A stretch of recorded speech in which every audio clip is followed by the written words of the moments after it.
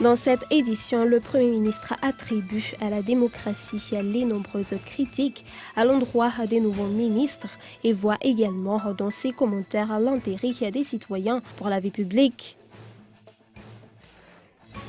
Malgré l'annonce d'une possible réouverture des frontières au mois d'octobre prochain, les opérateurs touristiques restent peu enthousiastes.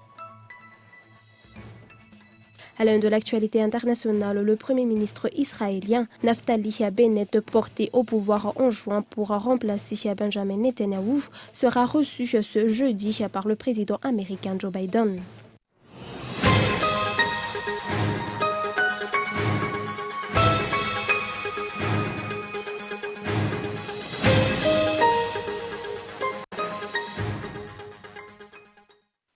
Nouvelle édition du journal télévisé sur Cool TV. Bonsoir et bienvenue. Le Premier ministre attribue à la démocratie nombreuses critiques à l'encontre des nouveaux ministres et voit également dans ses commentaires l'intérêt des citoyens pour la vie publique, tandis qu'il était venu se faire vacciner au CHU Befelatanana ce matin. Les détails avec Onnasen.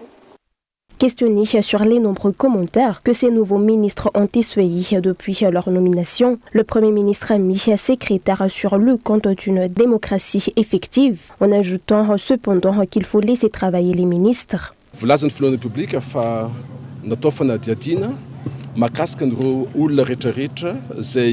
Comme l'a dit le président de la République, une enquête approfondie a été menée sur ces personnes. Ce sont des Malagasy, experts dans leur domaine, des personnes intègres et qui sont de fervents patriotes. Des critiques ont été faites, et c'est très bien, car ça signifie que la population s'intéresse à la vie publique, surtout quand on sait qu'à un moment donné, elle s'y est désintéressée. Ça montre aussi que nous vivons dans une démocratie. Tout ce que je peux dire, c'est qu'il faut les laisser travailler. On les jugera sur leur action. Il ne faut pas les décourager si vite.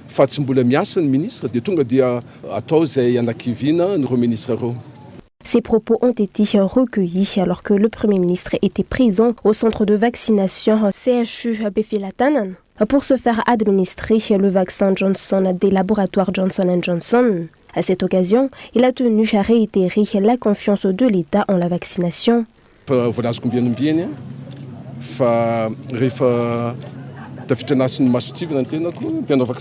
Comme je l'ai toujours dit, je remplis les critères priorisés pour l'éligibilité au vaccin. La preuve, je suis venu ici ce matin. J'aimerais que la population sache que l'État se préoccupe du bien-être de la population. La population passe avant les responsables étatiques. C'est l'État également qui a fait venir les vaccins. Les débats sur un État malagasy pro ou anti-vaccin n'ont pas lieu d'être. Pro-vaccine na anti-vaccine malagasy. Le deuxième vol de rapatriement en provenance de Paris a finalement atterri à l'aéroport international d'Ivato ce matin, malgré un report. Comme l'exigent les protocoles sanitaires, tous les passagers devront passer un test PCR avant de se confiner à l'hôtel. Les détails dans ce reportage. Le deuxième vol de rapatriement est arrivé ce matin vers 9h30 à l'aéroport international d'Ivato. Il a ramené avec lui des Malgaches bloqués à l'étranger depuis la fermeture des frontières. Censé arriver le 22 août, le vol a été retardé pour ne finalement arriver qu'aujourd'hui. L'avion affrété par Air Madagascar, la 330 d'Air Caraïbes, avait été réquisitionné d'urgence. Puisque les vols de rapatriement sont intégralement au départ de Paris, les Malgaches bloqués ailleurs ont dû se rendre en France afin de pouvoir rentrer au pays, avec toutes les difficultés que cela implique.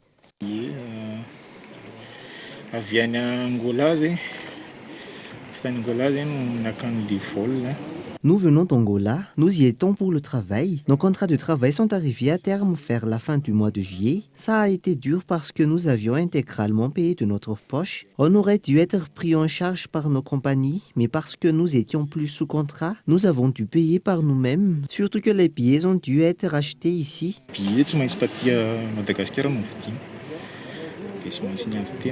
Les rapatriements s'additionnent de quelques conditions, dont celui de l'obligation de confinement dans un hôtel. Tout se fait aux frais des concernés. Ceux qui n'ont pas les moyens peuvent se retourner vers le complexe sportif Knaps à Woudvoorn. Malgré le confinement obligatoire à l'hôtel, les taxis agréés continuent de ne pas travailler car ils ne peuvent pas transporter les passagers des vols de rapatriement.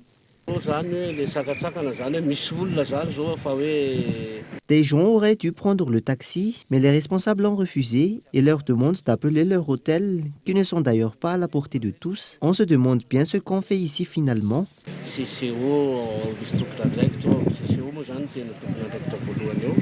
De nombreux autres métiers sont touchés par la fermeture des frontières. L'arrivée de ces vols de rapatriement n'apporte aucun changement.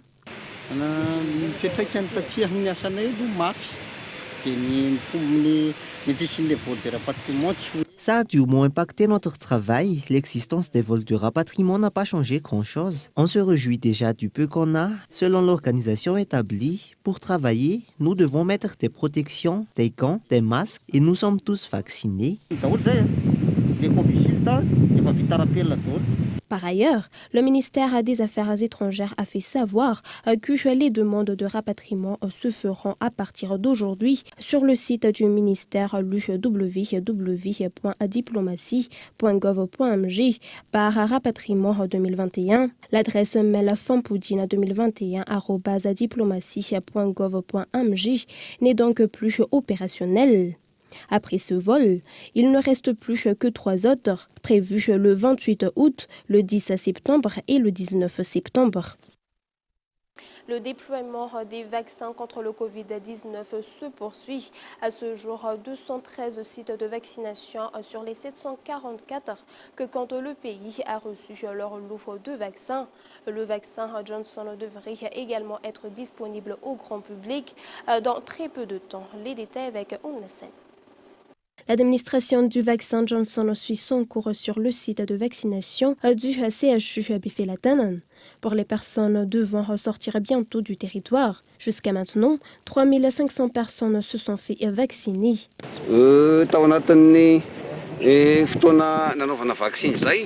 Depuis le début des campagnes de vaccination, nous avons constaté peu d'enthousiasme, hormis ceux qui sont obligés, pour des raisons professionnelles par exemple. Depuis l'ouverture de ce site, le 11 août, nous n'avons vu passer que 3500 personnes pour se faire administrer le Janssen. En ce qui concerne l'AstraZeneca, ils sont environ 25 000 personnes à être. À ce jour, 213 sites sur les 744 installés dans toute l'île ont pu commencer la vaccination selon l'arrivée des vaccins, respectant les 197 001 personnes ayant reçu leur première dose. Ces personnes seront prioritaires dans les 2 premières semaines. Ce n'est qu'après que le Janssen sera disponible au public.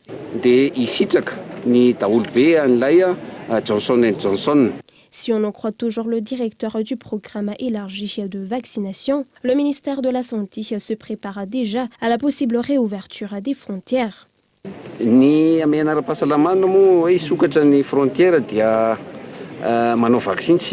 Puisque les frontières pourraient être ouvertes, il faut se faire vacciner. Ça fait partie de la stratégie de l'État pour protéger la population. Il faut aussi continuer à respecter les gestes barrières, porter le masque, se laver régulièrement les mains, respecter les distanciations sociales. En cette période de vacances, les gens se sont relâchés. Il faut les encourager à nouveau. Les aéroports reprendront aussi du service. Nous aurons des centres de vigilance sanitaire aux frontières.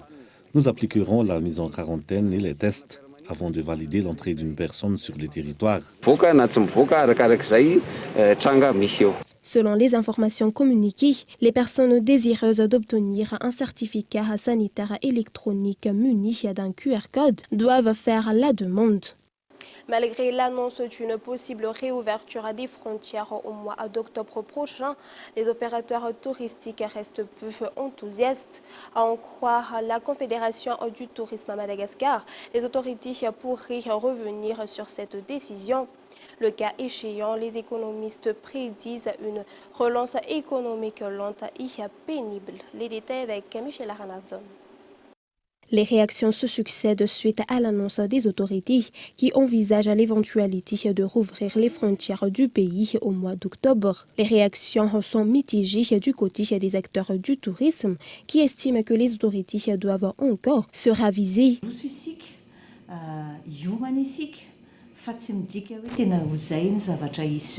Bien sûr que nous nous tenons prêts, mais il n'est pas certain que c'est ce qui se passera vraiment en octobre. Je tiens à préciser que quand un opérateur prépare une saison, il faut un investissement, les stocks, l'approvisionnement, le rappel des employés. Il faut payer pour tout ça, alors que les opérateurs sont dans une situation assez précaire et ont à peine de quoi vivre. Et maintenant, on leur dit qu'il faut se préparer au cas où. Ce serait une énorme perte d'argent. Dans le cas où la réouverture ne serait pas finalement pour le mois d'octobre, personne ne leur viendra en aide. Depuis 1 an et demi, aucune aide concrète n'a été reçue. Compte tenu du contexte, les opérateurs touristiques du secteur privé se réunissent pour se concerter et fournir ainsi leurs recommandations aux autorités concernées avant la date de réouverture. En ce qui concerne le plan de relance, une consultation élargie se tiendra la semaine prochaine. Puis nous envisageons une rencontre avec le ministère. Le privé va d'abord se concerter pour discuter de notre plan d'action avant de le transmettre au secteur public dans les ministères concernés. De leur côté, les économistes sont en faveur de la réouverture des frontières, dans la mesure où le redressement de l'économie est primordial, le pays n'étant pas encore en mesure de se passer des relations extérieures.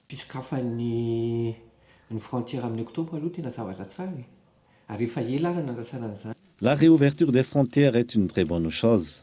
Nous l'attendions depuis longtemps, car le tourisme est un véritable moteur pour l'économie malagasy. Quand les frontières sont fermées, le tourisme est en berne et de nombreuses personnes se retrouvent en difficulté.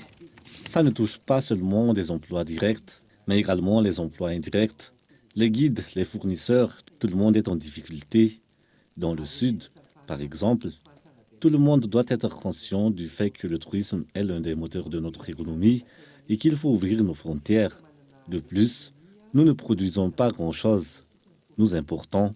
Les frontières doivent être rouvertes afin de faire baisser le prix de l'importation.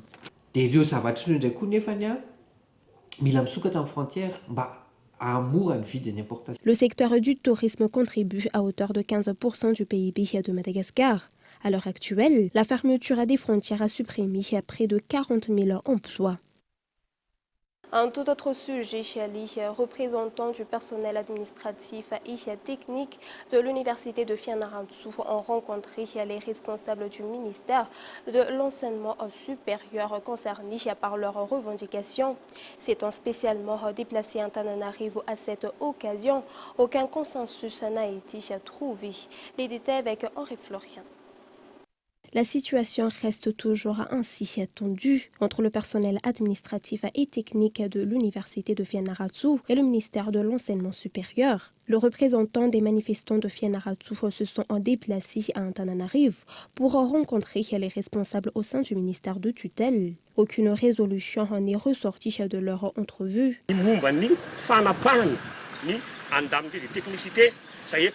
Concernant la suppression des indemnités de technicité que nous percevions depuis des décennies, les deux parties se sont concertées. Nous sommes passés par quelques étapes, mais aucune solution durable n'a été trouvée jusqu'à maintenant. Nous demandons donc au président de la République de bien vouloir se pencher sur les problèmes que rencontrent les 6 universités publiques. Le personnel administratif et technique d'Anjenzatu manifeste pour rétablir les indemnités supprimées par l'État. Les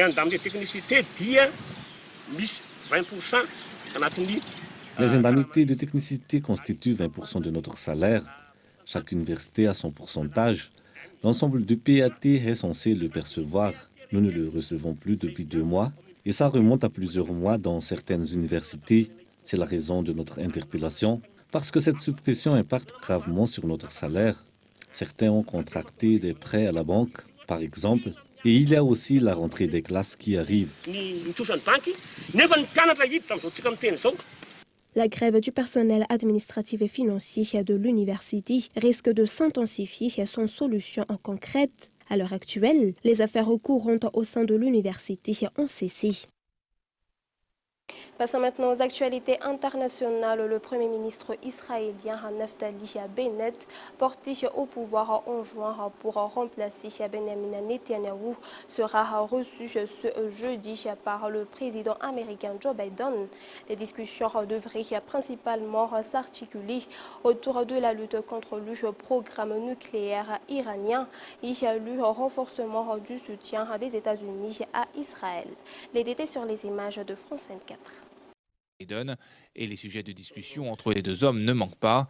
Dossier palestinien, réchauffement climatique seront à l'ordre du jour, mais c'est surtout sur la question du nucléaire iranien qu'ils doivent trouver un terrain d'entente. We look forward to addressing all of these challenges that we face, particularly regional security and the deep concerns that we share about Iran and the role that it's playing in the region, including its nuclear program. Si les deux alliés de longue date s'accordent sur le problème, les avis divergent quant aux solutions à apporter. Naftali Bennett souhaite que l'administration Biden condamne fermement les activités nucléaires iraniennes et rejette comme son prédécesseur l'accord de Vienne signé en 2015. Un appel auquel le président américain reste sourd. Joe Biden a indiqué qu'il préférait privilégier la voie diplomatique. Toujours dans l'actualité internationale, le Premier ministre Jean Castex a annoncé ce jeudi le lancement d'une campagne de rappel de vaccination contre le Covid-19 dès septembre pour les plus de 65 ans et dans les maisons de retraite. Toujours sur les images de France 24. C'est un des publics les plus fragiles face au Covid. Les résidents des EHPAD. Ici, ils sont une centaine, désormais concernés par l'administration d'une 3e dose de vaccin. La directrice multiplie les explications. Ça me rassure. Pourquoi? Tout à fait. Parce qu'il y a tellement des cas qu'on voit dans les hôpitaux et tout. Et puis, il faut protéger les autres aussi. Hein. Si on dit qu'il faut faire la 3e, eh ben on la fera. On a fait les 2 autres sans problème. À Mornan, 95% des résidents ont été entièrement vaccinés. Mais au départ, il a parfois fallu faire preuve de pédagogie. On ne connaissait pas les tenants et les aboutissants. Et puis du reste, à madame la directrice, je lui avais dit, moi jamais. Et pourtant? Et pourtant, je me suis fait vacciner. Et puis maintenant, je serai partante. L'établissement n'a pas connu de cas de Covid depuis 6 mois, selon la direction qui estime que cette 3e dose devrait être bien acceptée. Dès lors que les personnes ont été consentantes pour les 2 premières injections, et on va leur demander bien évidemment s'ils sont d'accord pour ce rappel, mais on peut estimer que les mêmes seront d'accord 6 mois après leur première injection pour être vaccinés. 50% de malades lors de la première vague, 15 morts directement liés au Covid. Beaucoup ici ne veulent plus vivre un nouveau confinement. Et avant de se quitter, rappelons les titres de ce journal. Le Premier ministre attribue à la démocratie les nombreuses critiques à l'encontre des nouveaux ministres. Il voit également dans ses commentaires à l'intérêt des citoyens pour la vie publique. Malgré l'annonce d'une possible réouverture des frontières au mois d'octobre prochain, les opérateurs touristiques restent peu enthousiastes. Le Premier ministre israélien Naftali Bennett, porté au pouvoir en juin pour remplacer Benjamin Netanyahu, sera reçu ce jeudi par le président américain Joe Biden. Et voilà, c'est la fin de cette édition. Merci à vous de l'avoir suivi jusqu'à la fin. Excellente suite de programme en compagnie de Cool TV. Au revoir.